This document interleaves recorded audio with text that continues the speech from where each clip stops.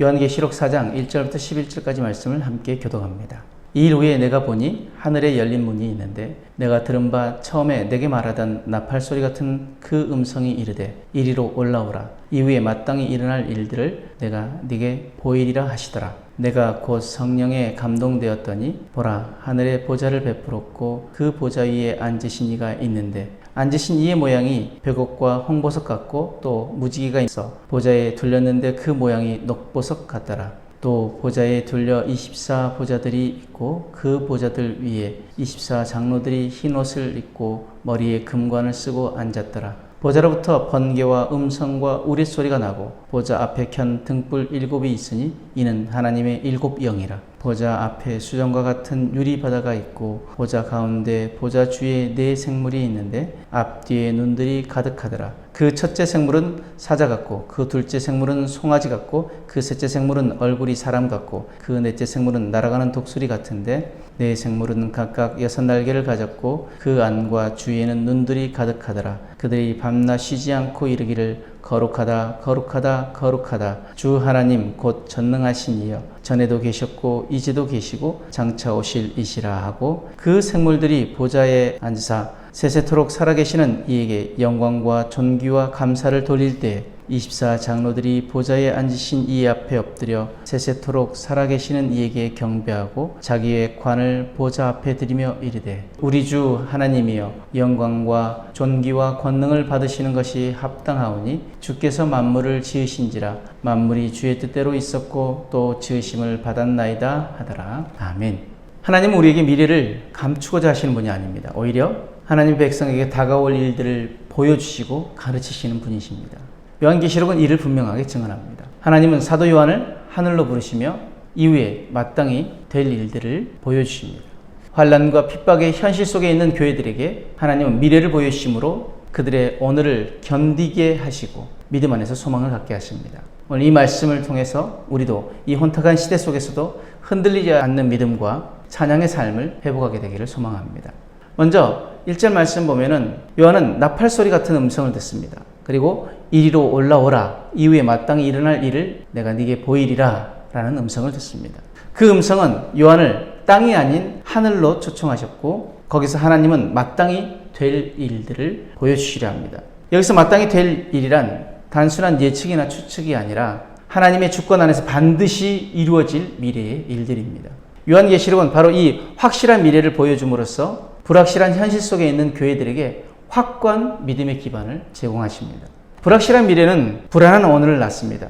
반면 확실한 미래를 아는 사람은 오늘을 담대히 살아갈 수 있습니다. 그러므로 하나님은 교회가 두려움에 휩싸이지 않도록 미래를 알게 하시고 믿음 안에서 현재를 견디게 하십니다.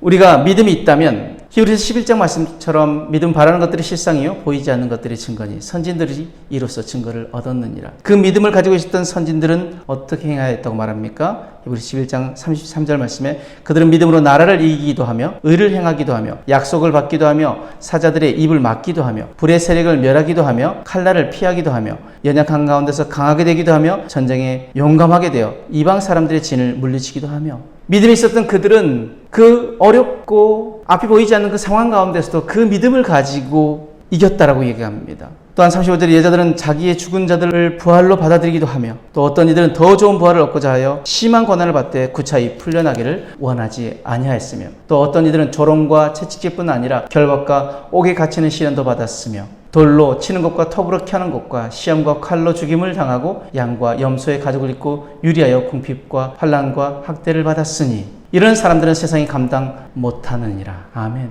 세상이 감당하지 못할 믿음을 소유했던 그들, 그 모든 것들을 이길 수 있었던 것은 그들에게 온전한 믿음이 있었기 때문입니다. 우리가 그 온전한 믿음을 가지고 있다면 이 불확실한 세상 속에서 불확실해 보이는 그 미래 가운데서도 우리는 흔들리지 않고 두려움에 빠지는 것이 아니라 그 믿음으로 담대히 나아갈 수 있음을 믿습니다. 오늘도 그 믿음 가운데 서기를 축복합니다.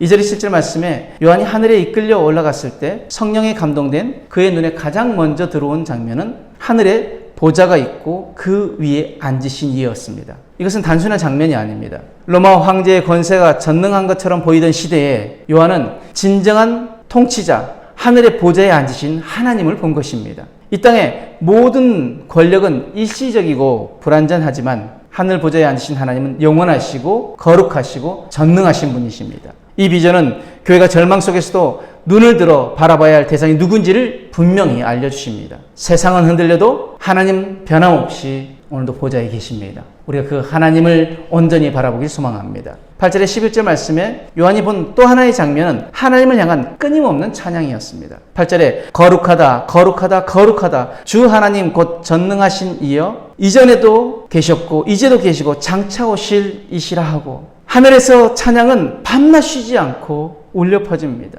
24장로들과 네 생물, 천상의 존재들이 모두 영광과 존귀와 감사를 하나님께 돌립니다. 이 장면은 우리에게 한 가지 분명한 진리를 가르쳐 줍니다. 찬양은 영원한 것입니다. 요한이 아직 땅에서 이루어질 구체적인 미래의 일들을 보기 전에 가장 먼저 보게 된 미래의 모습 바로 영원한 찬양의 자리였습니다. 그렇다면 이 땅에서 우리가 드리는 찬양은 단지 지금의 감정을 표현하는 노래가 아니라 하늘과 연결된 거룩한 행위이며 영원에 참여하는 일들입니다. 그러므로 우리는 우리의 호흡이 닿는 날까지 하나님을 찬양해야 될 줄 믿습니다. 시편 150편 6절 말씀 호흡이 있는 자마다 여호와를 찬양할지어다. 우리가 호흡이 있기에 우리는 하나님을 찬양해야 될 줄 믿습니다. 우리의 찬양은 무엇을 찬양해야 합니까? 하나님의 영광을, 하나님이 지금도 살아계심을, 하나님이 오늘도 행하심을 우리의 입술로 찬양해야 될 줄 믿습니다. 우리의 삶으로 찬양해야 될 줄 믿습니다. 하나님은 요한에게 마땅히 될 일을 보여주셨고 요한은 우리에게 그 계시를 전해줍니다. 요한계시록은 단지 종말의 사건들만을 말하지 않습니다.